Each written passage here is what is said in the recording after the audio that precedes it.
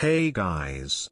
I'm back with another unpopular opinion video, yay! This time though it will be more controversial and probably also a bit offensive, but I know there will be some angry hardcore stans in the comments section, regardless of what I have to say. So enjoy this video and feel free to voice your opinions as well down below. Also as a disclaimer, I will be using random fan cams for this video, so the idols seen in the videos have nothing to do with my opinions unless their names are mentioned.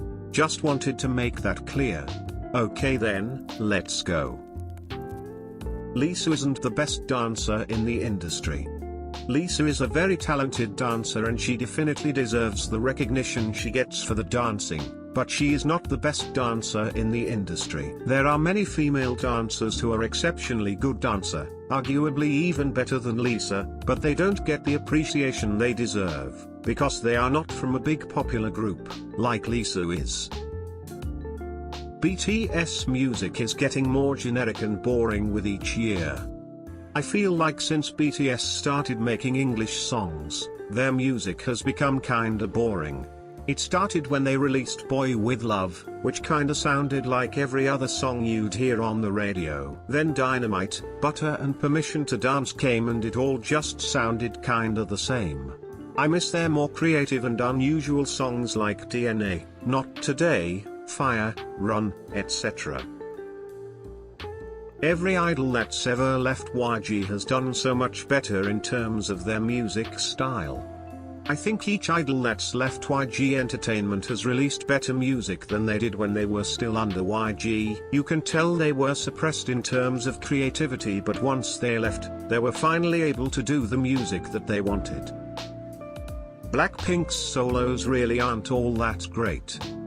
While I do like Jennie's solo, I personally think neither of their solos live up to expectations. Lisa was getting so much hype before Lisa dropped, but then when I actually heard it, I couldn't help but be kinda disappointed. Same thing with Rosie. I enjoyed Money much more, but it still didn't hit as hard as I wished it did. K-pop idols don't belong to you. Let them live their lives and get out of their business. I guess that fans are interested in their fave idol's private life, but for God's sake, just let them have their privacy. It shouldn't concern you what an idol does at 10 PM on a Saturday evening and who they're meeting. As long as they don't share it with you, it's none of your business where they are and who they're with. Stop being such obsessive creeps. Your favorite idol only getting 2 lines, probably has a reason.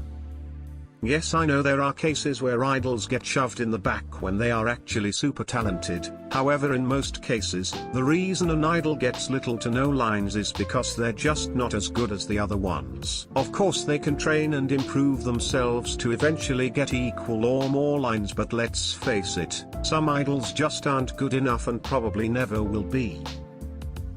Being a company stan is effing weird.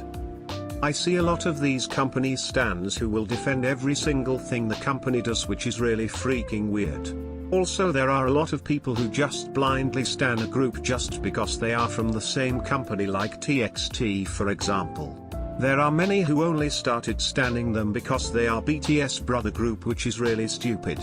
And I'm not saying TXT are bad or anything, but stanning groups just because they are from the same company just seems really odd to me. If you think Yuna is over-sexualized, then it's a you problem. I'm sick of fans hating on ITZY's stylist because they feel Yuna's outfits are too sexy for her. Her outfits are perfectly fine and nowhere near too revealing. Yes, she's a minor, but it's not like she's dancing with her ass out or anything. Maybe you should question yourself why you think that she's too sexy and not blame it on her outfit. There are way more ignorant idols than you think, and you'll need to accept it. There are literally so many idols who have been racist, sexist, etc. There really aren't as many unproblematic idols as you think, and you'll just gotta live with that, instead of trying to make every idol look like they're a saint who never have done anything wrong. SM is lazy AF with aespa. I don't know about you guys, but SM is really pushing it with aespa and their music. Instead of giving them original songs, they just buy already existing ones and slightly remake them. And the remakes really aren't even that great, to be honest. It irks me because they have great potential, but it seems like SM just is too lazy to actually do something creative with their music. Fans blatantly posting idols' weight changes and telling them they are sick or unhealthy is just wrong on so many levels. I get you might be concerned for your idols, but posting pictures of them and claiming that they have an eating disorder or are unhealthy isn't okay. Some are naturally skinny and some aren't, but that doesn't give you the right to diagnose them.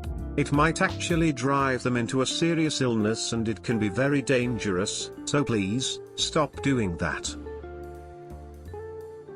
Shipping is weird. I'm okay with showing appreciation for K-pop idols' friendships, but shipping two idols just because they are close and get along is super weird. Some of you all really take it too far with all these fanfictions and stuff. BTS suddenly making full English songs after saying they aren't interested in releasing English music seems odd. Remember when RM preached that BTS won't release English songs because they don't want to change their identity to reach #1? What were all those last released songs then? Dynamite, Butter, Permission to Dance? Saying that singing in English would make them ingenuine and not BTS anymore, but then going ahead and do exactly that? Just seems kinda sus to me. You don't have to stan older generation groups, but invalidating their impact on the industry is disrespectful. I get that younger and newer K-pop fans are going to stan new generation groups and that's totally fine, but some of these new fans are disregarding older generation groups and their efforts, saying they are just old news and weren't as popular than new groups. What people fail to understand is that these older generation groups didn't have the advantages of social media. YouTube, Twitter, TikTok weren't really a thing back then, but nowadays these are K-pop's biggest support systems. These older groups were probably the reason your fave idol even wanted to become a singer in the first place, and without them, they wouldn't be nearly as popular as they are now. Just acknowledge what they did for the industry and the new generation, instead of disrespecting them. K-pop is becoming more generic and boring as the years go by. This doesn't just apply to the music but the industry in general. A few years back we had so many entertaining and funny variety shows, which somehow are missing now. Also back then, male and female idols interacting with each other on these shows was a normal thing. There weren't all these toxic fans hating and spreading rumors if a female idol had skinship with a male idol. It was all a bit more light and fun and entertaining. Nowadays there's just so many fan wars going on, hating and spreading rumors. To me, K-pop is losing its appeal a bit. Also with the music, although I get that newer generation K-pop groups put out music that is made for the general public and people that are not familiar with K-pop, I do understand why K-pop groups nowadays are going into a different direction. It doesn't change the fact that I found OG K-pop more appealing in all aspects. The older generation was much more experimental and there were so many fun and unusual songs that still hit hard.